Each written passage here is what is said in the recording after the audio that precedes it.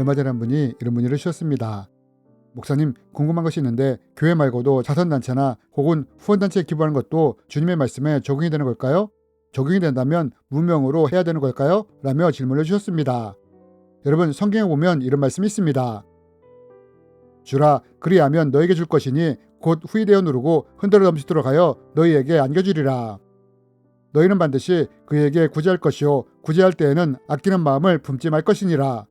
이로 인하여 내 하나님 여호와께서 내 범사와 내 손으로 하는 바에 내게 복을 주시리라. 여러분, 우리가 이 말씀들을 통해 볼 수 있는 것이 무엇입니까? 우리는 이 말씀들을 통해 하나님은 우리가 구제와 나누는 삶을 살기 원한다는 것을 알 수 있습니다. 그리고 이렇게 우리가 나누며 구제하는 삶을 살 때 우리의 필요를 지어주신다고 하십니다. 그렇다면 여러분, 하나님이 이렇게 약속을 하시는데 그럼 우리가 어떻게 할 때 이런 하나님의 약속을 체험할 수 있을까요? 이번 시간에는 이에 대해 함께 나누기 원합니다. 저는 오래전에 이런 경험이 있었습니다. 사실 청년 시절에는 누가복음 말씀을 실제로 믿지 않았었습니다. 아니, 주면 후이되어 누르고 흔들어 넘치도록 채워주신다고? 이게 정말일까? 라며 의심을 가진 적이 있었습니다. 왜냐하면 세상의 법칙이나 수학 법칙은 나누고 빼면 더 없어지기 때문입니다. 그런데 성경은 나누면 더 흔들어 넘치도록 채워진다고 하니 이것을 믿을 수가 없었던 것입니다. 하지만 이럴 때 제가 어떤 체험을 하게 되었느냐? 청년 시절 때 선교단체에서 간사 생활을 했는데 이때 저에게 작은 재정이 생기게 되었습니다. 당시에는 간사 생활을 해서 거의 재정이 없었는데 재정이 생기자 그동안 사지 못했던 생활용품들을 사야겠다고 생각을 했습니다. 그런데 이런 생각을 하면서 집에 오는데 마음속 깊은 곳에서 내가 가진 그 돈을 누구에게 주면 안 되겠니? 라는 감동이 올라왔습니다. 저는 당시 하나님의 음성을 듣는 삶을 훈련하고 있었기에 이것이 하나님이 주신 감동이라는 것을 알 수 있었습니다. 그러나 이것이 하나님이 주신 감동인 것을 알았지만 마음속에서는 갈등이 생겼습니다. 왜냐하면 이 재정은 저에게도 꼭 필요한 것이었기 때문입니다. 그러나 그 감동이 하나님이 주신 것임을 알았기에 재정을 그 사람에게 흘려보냈습니다. 그러면서 다음날 제가 어떤 체험을 하게 되었느냐? 어떤 사람을 통해 몇 년 동안 저에게 필요한 재정을 후원받게 되었습니다. 저는 이 경험을 통해 주라, 그리하면 흔들어 넘치도록 채워주리라는 말씀을 체험하게 되었습니다. 여러분, 하나님은 성경 말씀을 통해 이렇게 약속하십니다. 하나님을 기억함으로 나누며 구제를 한다면 내가 흔들어 넘치도록 채워주며 또한 내 범사에 복을 주시겠다고 말입니다. 그렇다면 여러분, 우리가 이렇게 나누고 구제하는 삶을 살아갈 때 하나님이 우리의 필요를 채워주신다고 하셨는데 우리가 이것을 어떻게 실천하며 나갈 때 이러한 것을 체험할 수 있을까요? 저는 이것을 위해 먼저 나눔과 구제를 실천할 수 있는 주머니를 만들기를 추천합니다. 저는 교회 성도님들에게 종종 이렇게 설교하곤 합니다. 구제와 나눔을 위해 주머니를 만들라고 말입니다. 이것은 교회에 헌금을 하는 것이 아니라 따로 주머니를 만들라고 말입니다. 그리고 처음에는 내 수익의 100분의 1을 떼어서 구제와 나눔을 위해 이 주머니에 넣으라고 말을 합니다. 물론 여유가 좀 더 있다면 내 수익의 일부를 더 뗄 수도 있습니다. 그러면서 이렇게 기도하라고 말씀을 드립니다. 하나님, 이 재정을 이웃과 가난한 사람을 위해 나누며 구제하기 원합니다. 그러니 하나님, 이 재정을 제가 어디에 어떻게 써야 할지를 알려주십시오 라고 말입니다. 물론 이렇게 설교를 해도 그냥 이것을 흘려보낸 사람도 있습니다. 하지만 어떤 분들은 실제로 이것을 실천한 분들도 있었습니다. 그런데 이 말씀을 기억하며 이렇게 나눔과 구제를 실천했을 때 이런 분들에게서 어떤 일이 일어나느냐? 하나님이 약속하셨던 말씀들이 실제로 일어나는 것을 보게 되었다는 것입니다. 그러면서 기쁨과 함께 차츰차츰 나눔과 구제를 더 높여가는 것을 보게 되었습니다. 그러나 어떤 분들은 이렇게 했음에도 불구하고 약속대로 되지 않은 경우도 있었습니다.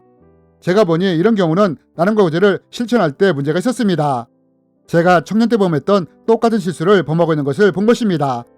그러면 이런 분들은 어떤 실수를 범하고 있었느냐? 저는 청년 시절에 또 이런 경험을 한 적이 있습니다.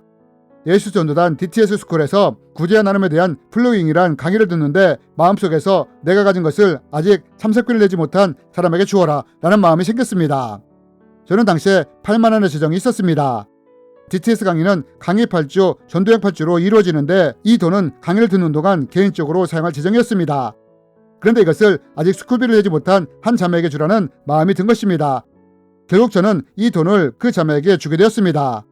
그러나 그 자매에게 몰래 주고 싶지 않았습니다. 당시 내 전 재산을 다 주는데 누가 좀 알아주었으면 하는 마음이 있었습니다. 그래서 이 돈을 줄 때 어떻게 했느냐? 자매에게 몰래 주지 않고 간사님에게 주면서 전달해달라고 했습니다. 왜냐하면 간사님이라도 내 선한 일을 알아주기 원했기 때문입니다. 그러나 이런 후 몇 주 후에 어떤 일이 있었느냐? 제가 꼭 사야 할 것이 생기게 되었습니다.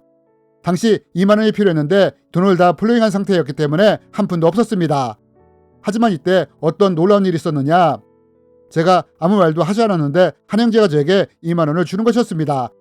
어제 기도하는데 하나님이 이 재정을 저에게 주라는 마음을 주셨다고 하면서 말입니다. 저는 너무나 놀랐습니다. 그러면서 하나님이 내 필요를 다 알고 계시구나 라는 생각이 들었고 감동을 하게 되었습니다. 그러나 얼마 지나지 않아 문득 이런 생각이 들었습니다.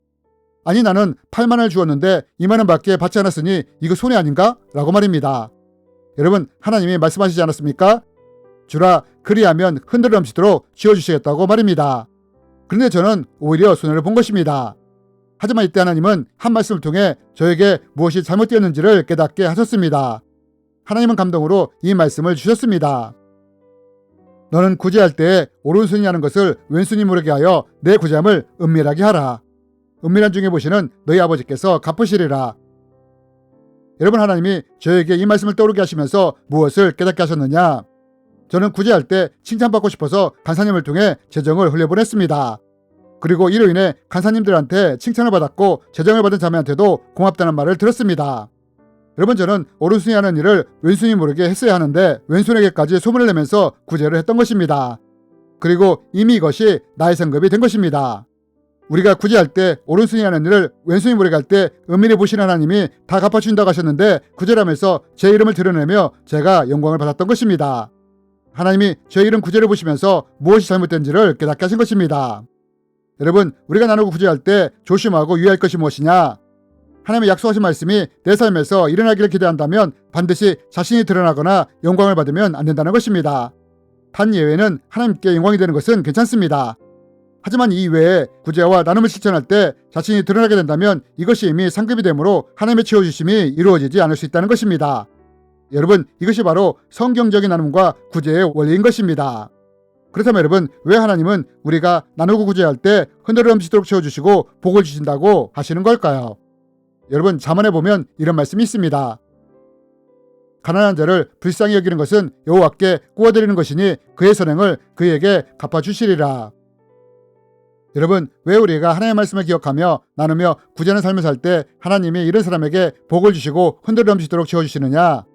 그것은 우리가 도움이 필요한 사람, 가난한 사람에게 나눠주며 구제할 때 하나님이 이것을 하나님께 구워드리는 것으로 보시기 때문입니다. 그래서 우리가 나누고 구제할 때 하나님이 이 선행에 대해 갚아주시는 것입니다. 단 갚아주실 때는 은행 이자율처럼 퍼센트로 갚아주시는 것이 아니라 30배, 60배, 100배의 배수로 흔들어 넘치도록 갚아주시며 또한 범사에 복을 주시는 것으로 갚아주신다는 것입니다. 여러분 성경 말씀 중에는 감동으로 받아야 할 말씀들이 있습니다. 하지만 어떤 말씀들은 그 말씀대로 행할 때 역사가 일어나는 말씀들이 있습니다. 그리고 이 말씀들이 바로 우리가 지금 나눈 말씀들입니다. 여러분 하나님은 분명히 말씀하셨습니다. 하나님을 기억함으로 성경적인 방법으로 나누며 구제한다면 하나님이 반드시 흔들어 넘치도록 채워주며 범사하는 일에 복을 주신다고 말입니다. 그리고 우리가 이 말씀들을 삶에서 실천해 나간다면 그 열매를 따먹게 되는 것입니다.